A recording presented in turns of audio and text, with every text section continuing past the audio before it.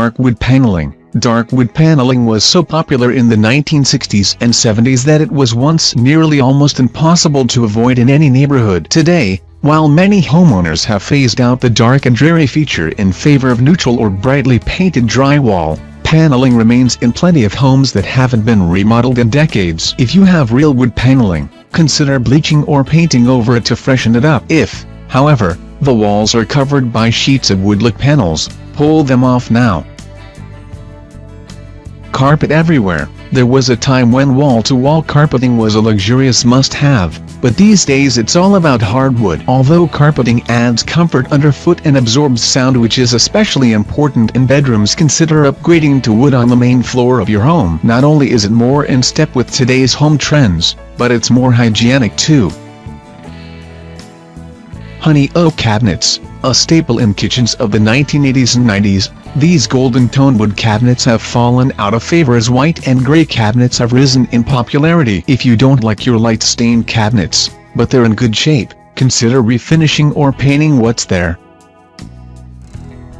Beige walls, it's a subtle change, but as the neutral of choice has shifted to gray, warmer beiges ones with undertones of pink, yellow, or peach are starting to feel out of date. If gray is too cool for you, consider a greige. That's gray plus beige, which is a light neutral with both cool, gray, and warm, brown, notes.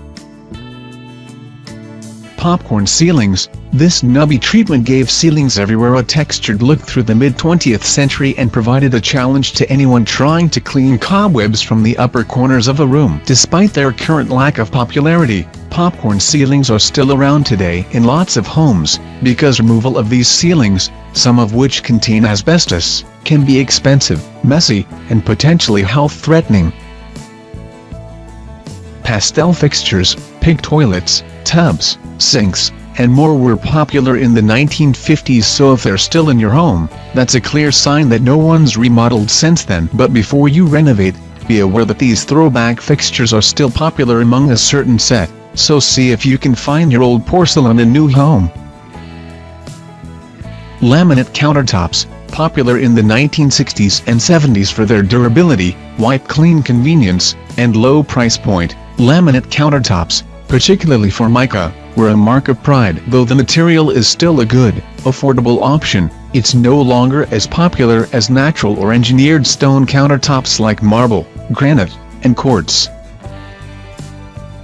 Shiny gold fittings. In the early 1990s, shiny brass faucets, light fixtures, and hardware were the norm, beloved for their flashy sheen. Though gold-tone hardware is on its way back into style, these newer versions are more muted in tone and feature rounded or geometrically inspired silhouettes instead of the clunky shapes of 20 years ago.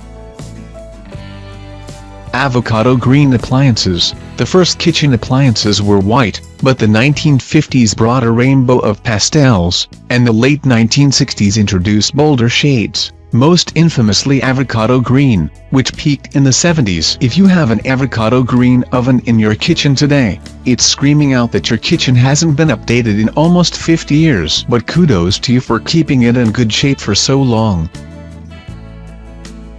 Built-in media cabinets. Gone are the days when your TV was as deep as your sofa. In this era of flat-screen televisions that mount almost flush to the wall, no one needs a big old cabinet to hold their technology. Pull the dinosaur out already.